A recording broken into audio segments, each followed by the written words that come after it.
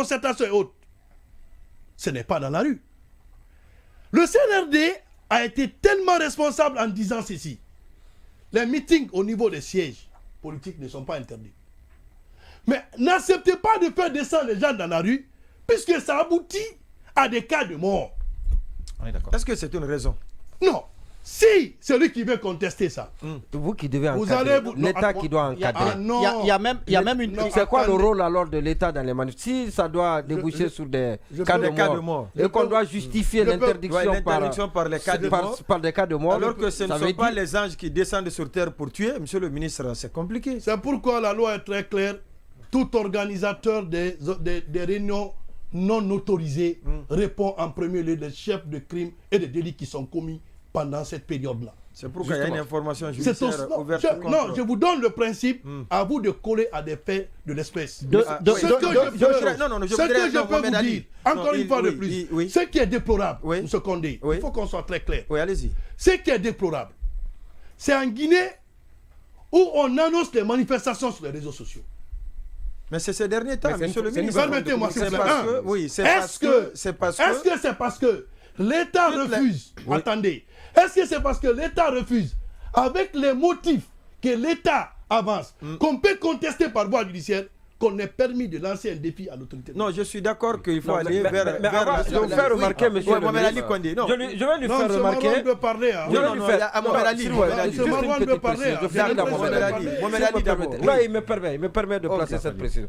Je voudrais vous faire remarquer, monsieur le ministre, au-delà de ce que prévoit la loi dans le cadre de l'organisation des manifestations, il y a eu un communiqué du 13 mai du CNRD en date du 13 mai qui interdit toute manifestation. Et on a même l'impression que c'est celui-ci qui guide les maires. République de Guinée. Est-ce que cela n'est pas en train d'être exécuté par ceux qui doivent autoriser l'organisation de ces manifestations? Et parce que ce communiqué, il n'a pas été encore rapporté. Il demeure.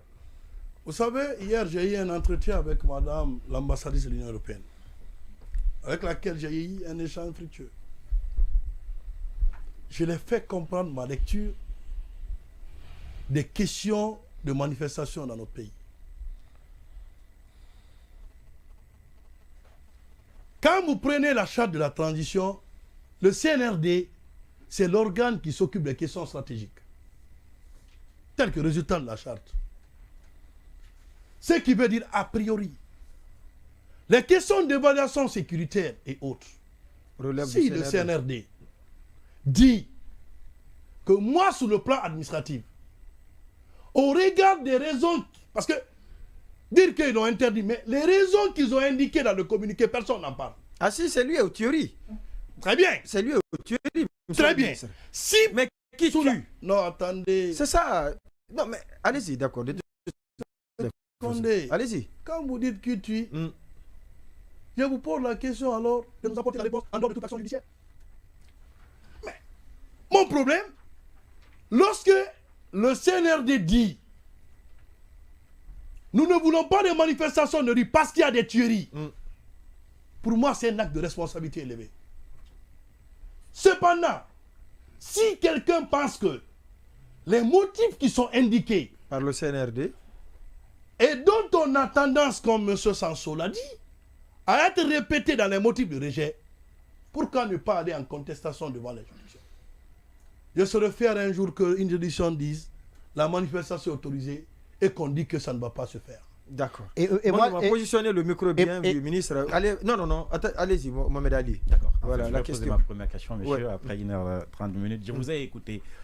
Avec tout le respect que je dois à votre fonction, monsieur le ministre, je pense que la seule personne aujourd'hui qui soit convaincue depuis le 1er septembre de l'avancement de la justice, c'est bien Toumba Diakité. Parce que lui, au moins, je l'ai entendu dire 2 fois, il fait confiance à cette justice de maintenant, pas avant, avec à sa tête, monsieur le jeune ministre Charles Wright. Il l'a répété tout le temps. Lui, il est accusé, il est à la barre. Je prends un cas pratique de ce jeune récemment tombé à Bambeto, au mois d'août par exemple. Un nouveau lycéen de 16 ans qui est mort. Ses parents sont là. Il n'y a aucune nouvelle de la justice. Peut-il avoir confiance en la justice? J'ai l'impression que, M. Ali, que la justice ne fait pas du tintamarre comme ce que les gens font sous les médias. On en a vu beaucoup de tintamarre. permettez. De la justice. La justice ne fait pas du tintamarre, encore une fois de plus, sur ses actions. Du point de vue respect de la règle, qui dit que la procédure d'enquête et d'instruction est secrète. Est-ce que ce que la justice fait comme travail a besoin d'une publicité pour dire nous faisons ceci, nous faisons cela? Disons, la seule garantie, il y a eu un précédent. Non, permettez. La seule garantie. Vous savez, parfois, oui, on va avancer. Non, vous savez, parfois, oui, il est loisible. Qu'on vous laisse aller jusqu'au bout de pas ça. Il est loisible d'avoir la bonne foi, de reconnaître ce qui est fait et ce qui est en train d'être fait. C'est les faits, monsieur le ministre, justement. Ça, ce sont des questions. Parce que vous ne maîtrisez pas le dossier. Notamment les visites dans les familles de victimes. Vous ne maîtrisez pas le dossier. Il y a une différence dans le traitement de ceux qui sont morts dans ce cadre-là. Vous-même, on vous a vu prendre le devant à un moment donné. Mais par rapport aux victimes, notamment les familles de victimes. Thierno Mamadou Diallo. Moussali, et encore une fois de plus, vous êtes en dehors de la source d'information, je vous en concède. Non. On est avec la source d'information, monsieur le ministre. Non, je vous en prie, parce que ce que vous vous dites, ce que vous vous dites est loin de ce qui est en train d'être fait. Ce qui est en train d'être fait. Et que vous ne pouvez pas, attendez, vous ne pouvez pas, vous ne pouvez pas nous obliger à violer les principes de secret pour venir dire ce qui se passe. Oui, allez-y donc. Oui. Il faut que les gens comprennent. Vous ne pouvez pas, vous, parce que vous voulez avoir le plaisir d'avoir l'information, qu'on viole la loi pour vous dire on fait ceci, on fait cela. Combien de personnes arrêtées aujourd'hui qui sont en détention? Le cas de Tcherno qui en parle. Thierno Mamadou Diallo. Thierno Mamadou Diallo qui en parle. Le monsieur est en prison. Son jugement c'est bientôt. Si nous... Le jeune qui a été tué au niveau de Caporo. 10 policiers arrêtés. Qui en parle? On dit toujours, justice ça ne va pas. Et raison gardée. Même si on est de mauvaise foi, il est important de saluer l'évolution de ce qui est fait. À chaque fois que des gens ont été arrêtés, monsieur le ministre, on en a parlé. Non, on a Sauf qu'il y a des cas où on n'a pas du tout parlé. On a salué la proactivité avec laquelle le dossier Thierno Mamadou a été géré. Et les cas récents, tous les plateaux, les cas récents, personne n'a été arrêté. On n'a même pas annoncé une enquête, monsieur le ministre. Ça, on le sait.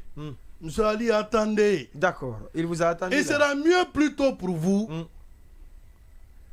d'aller vers des sources d'information avant de déclarer de telles choses sur un tel plateau. J'ai des sources d'information. Non, s'il vous plaît. L'information, c'est mon métier, monsieur le ministre. Tout comme vous êtes ministre de la Justice. Non, après, à un moment donné, c'est nous, vous prenez au ridicule, la fête. Oui. N'est pas la réalité.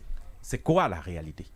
La réalité, c'est que la justice fait son travail, elle n'est pas tenue pour vous faire plaisir, pour violer les secrets de l'enquête, pour venir dire, nous faisons ça, tel a été arrêté, voici tel. On ne le fera pas pour vous faire plaisir. Alors, une question simple, monsieur le ministre, peut-être pour terminer. Une question simple. Une question simple. Pour le premier cas de celui qui est tombé sous l'ère CNRD, puisque c'est comme ça nous l'appellons dans les médias. C'est comme ça qu'on le dit dans les médias, monsieur le ministre. Ça, c'est une acception politique. Ce sont nos expressions dans les médias, monsieur le ministre. Tomber sous CNRD, c'est un traitement. Depuis l'avènement du CNRD, monsieur le ministre. Attendez. Vous ne pouvez pas dire, et je ne l'accepterai pas, que l'on me dise, depuis l'avènement du CNRD, 1, 2, 3. C'est comme ça, nous comptons. Attendez, oui, c'est une position politique et partisane. Oui, parce que le CNRD, quand pour il est moi, arrivé, non, permettez, pour moi, le raisonnement, la responsabilité pénale étant personnelle, je ne veux pas qu'on colle la responsabilité pénale à une institution de la République, parce que c'est cela. Je ne suis pas d'accord. Quand vous avez demandé tout à l'heure de faire le bilan, vous avez dit depuis notre avènement. Donc c'est votre point de repère. Eh bien nous aussi, c'est notre point de repère. Depuis l'avènement du CNRD, une personne est aidée. Non, je ne confonds pas. Ce n'est pas une question de responsabilité pénale. La responsabilité pénale, elle est personnelle. Je ne cite pas de responsabilité. Non, je ne cite pas de responsabilité pénale. C'est un repère, c'est pas une je vous dis. Attendez, c'est important ce que je suis en train de dire, monsieur le ministre, s'il vous plaît. Attendez, ce que vous dites. Je connais c'est quoi une responsabilité pénale. Vous voulez confondre deux choses. Non, je ne confonds pas. La responsabilité pénale, je veux qu'on me dise. Je veux qu'on me dise que, monsieur le ministre, depuis le début des manifestations, il y a eu ça. Non, les manifestations ont commencé depuis longtemps, monsieur le ministre. Je suis en train de dire depuis l'avènement du CNRD.